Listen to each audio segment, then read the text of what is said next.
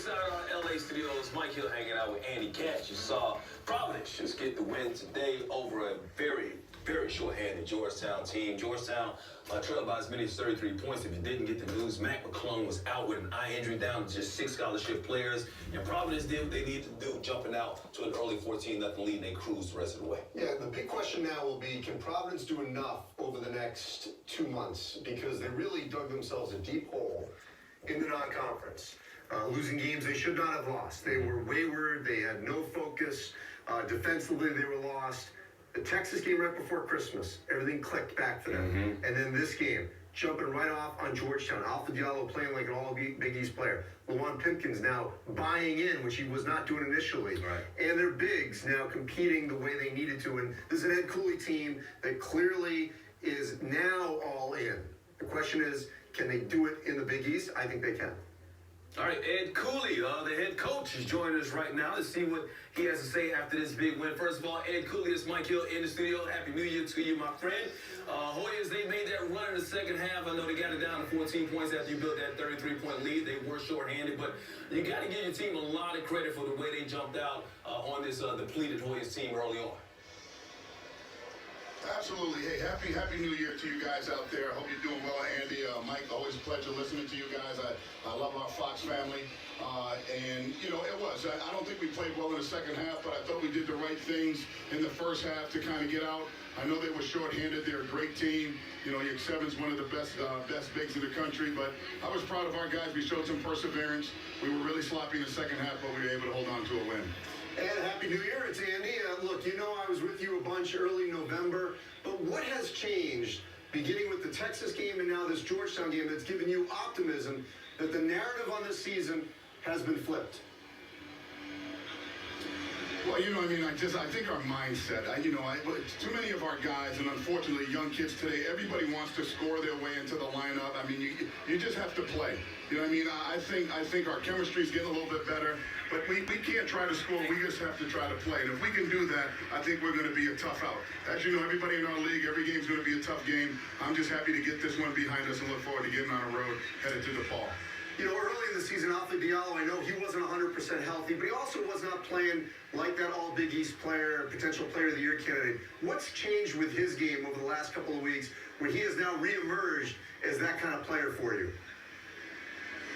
I think the versatility, I think Alpha's really versatile. I think you can play him in 5 different positions. I think defensively he's really, really solid. You know, he can guard anyone and he can score against anyone. You know, we need him to be an all-conference player for us to have the type of season we want to have within the league play. So I'm excited about Alpha. I'm really proud of his development. 20 points tonight, and the most important question of the night, the most important question of this decade, what's your New Year's resolution going into 2020? My New Year's resolution is be the best dad, best husband, best coach, best friend in the country. That's my New Year's resolution. That is all you needed right there. Hey, Ed Cooley, thank you so much for your time. Happy New Year to you, my friend, man. We'll talk to you in 2020. Happy New Year to all of our Fox family members. We love you guys and appreciate you always. Thank you. All right, the love is return, man. We love Ed Cooley right here, man. You know, his daughter is a freshman at Georgetown, so this might have been a tough game for the Cooley family. Yeah, well, that's true. 76-60 here.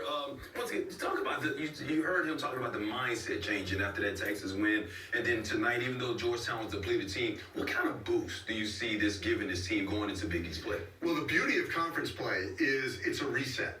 And you end up being basically 0-0. And we've seen this, you know, in our Big Ten games that we've been covering over the last couple of weeks, and now here in the Big East. Because for Providence, all is not lost. The league is good enough for them to recapture basically a higher net ranking to get back in the good graces of the selection committee. That doesn't always happen. There's some years when the league has only had 3 or 4 quality teams, and so you can't bank on the league to get you going. Right. If you have a poor non-conference. Well, Providence had a poor non-conference leading up to that Texas game. They totally underachieved.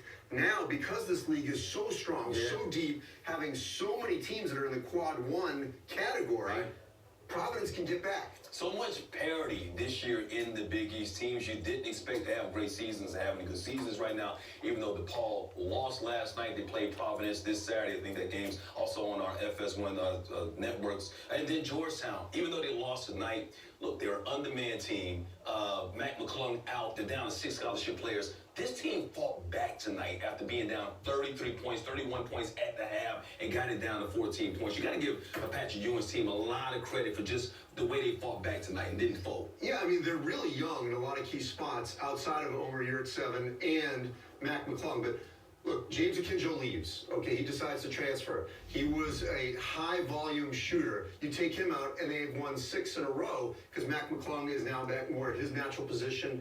Javon Allen obviously has been playing much better as a playmaker. But now you take McClung out, and they just didn't have that shooter, that maker. And it just was too difficult. They're down 14-0 to start this game. But this is still a Georgetown team that I think once McClung comes back, assuming it's sooner than later, still has the pieces. They won 6 in a row. They won true road games at Oklahoma State and SMU. The neutral court win over Texas. They've still got the numbers that if they can still sort of hang around, they'll be in the discussion. Yeah, had lost, won 6 in a row before this loss tonight against Providence. See if Mac McClung is back on Friday. They'll need him against the Seton Hall team coming off that win against DePaul. They got, of course, Miles Powell, right? After he missed the last couple of games with a concussion. Meanwhile, let's take you around the nation right now. Highlights.